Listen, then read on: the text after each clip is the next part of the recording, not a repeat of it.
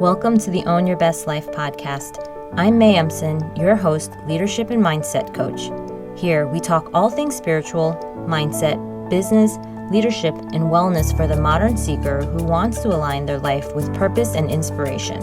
We'll cover career changes, stress management, meditation, energy, intuition, and more. Each episode holds spiritual and practical tools to help you live a life of your wildest dreams without getting burnt out along the way. Ready to live a life on your own terms? This is the Own Your Best Life podcast. Welcome, friends, to episode number 136 of the Own Your Best Life podcast. When you have very little free time, you feel the weight of making the most of that precious time. What do you do in your spare moments before the kids wake up or after they go to bed? What do you do in the 1 or 2 hours you have for yourself? And for those of you who have a goal or a desire that you are bringing to life, this question becomes even more important. You want to make sure you aren't wasting those moments, and you want to feel like you're using your time well. And so today's podcast on making the most of your free time is on the 3 things you can be doing right now with the time you have, no matter how much or how little you feel it is enough. So ever since I've started being productive as a child, I've had the question on my mind that many of you have: how do I use my time well? I've always been one to have a lot of activities, plans, and ideas for what I wanted to do with my time.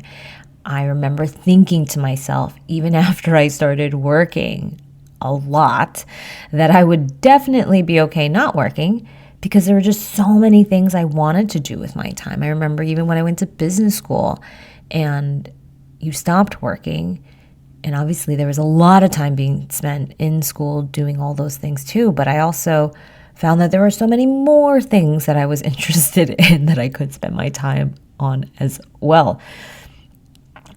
It felt like there was just never enough time to do all the things I wanted to do in a day or even in life.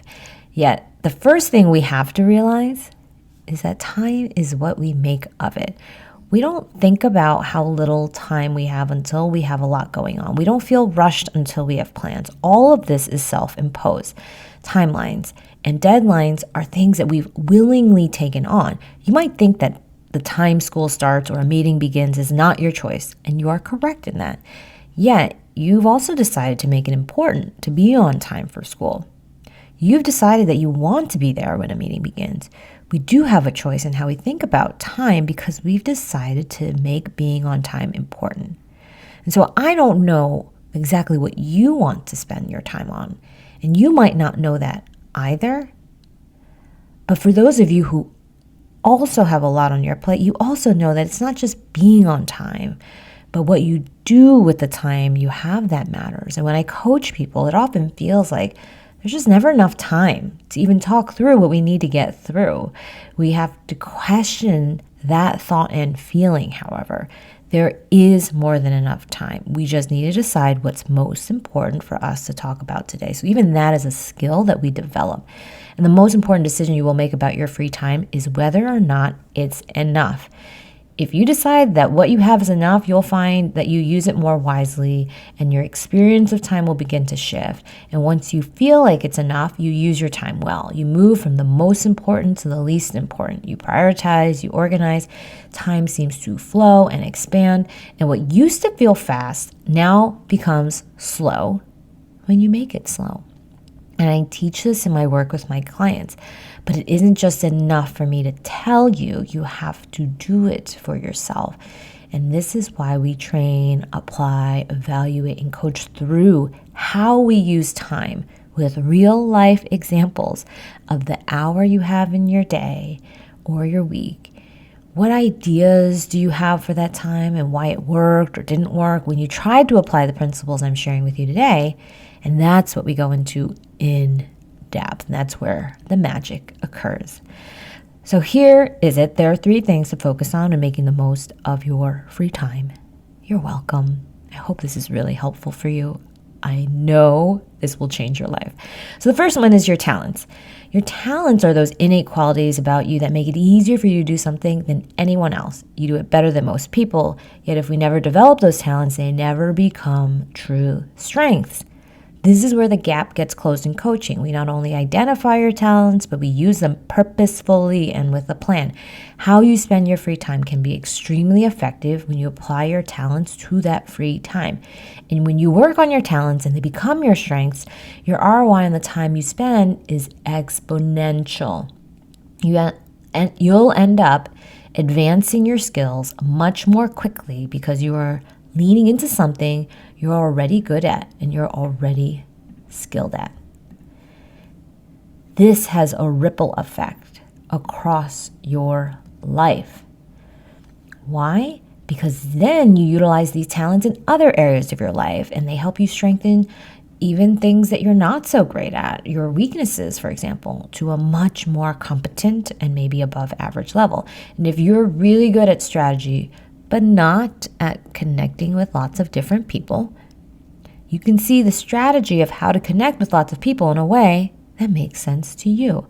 And so this is where so many more connections occur, where innovation happens. We identify and work on your talents, and then you'll end up having a calling card, one that makes it very clear what value you bring to any organization, any team, or situation. Essentially, you are creating something that cannot be replicated, which is you executing at your highest potential. Now, the second thing to think about when you're making the most of your free time is your curiosities. So your curiosities are the lifeblood of your purpose. What are you passionate about specifically? What do you want to know more about? And what questions would you like to answer? Make a list of all those things and use your spare time to follow those curiosities. This is where more innovation happens in your life. If you're wondering how to feel more present and inspired, this is the path to follow. I take people through an exercise where we learn how to use the curiosities to identify your passions.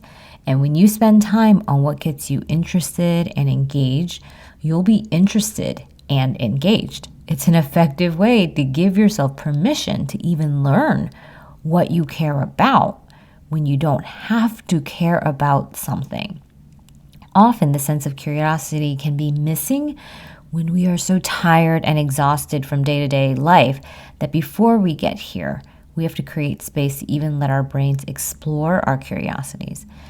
So if you're feeling tired, exhausted, and irritable, you need a bit of space, a bit of time, and a change in perspective in order for you to be able to fully follow your curiosities or even identify what they are. This is why your physical, mental, and emotional health matter a lot when you're thinking about living a life of more meaning or fulfillment. Your health is that foundation for you to have the energy to tap into the inspiration that comes through from being engaged in your passions, and that spills over into all the work that you do in your life. All right, the third thing to focus on to make the most of your free time are your goals. What do you want to achieve? And this is where it gets interesting.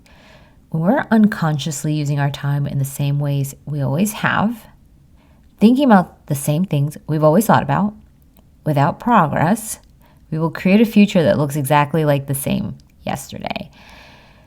The world is changing, and you are changing. So get in touch with your natural desire for evolution, for growth, and change is where your goals come in. How do you want to approach this next season in your life? What matters to you? And how do you want to live your life? How do you spend your time is going to matter even more if you want depth and richness and more time. If you know that you want to figure out that next season of your career, whether it's just to get a job doing something you always have wanted to do, or whether it is figuring out that next thing, you'll want time to explore your possibilities, to talk to people, to ideate, and to meditate on what's next. If you want to create more intimacy in your relationships, you'll want time spent understanding yourself, the other person, creating a life together. There's just so much you can do with your time that will further you towards your goals, whether they are wealth, health, relationships, or meaningful success. And it doesn't matter if you have 10 minutes or 10 hours, it's the same process. Without understanding the direction of your life and where you are headed, time will feel like it's being wasted. Most of the people I work with are excellent at executing and doing, but there's one thing that's missing, which is inspiration.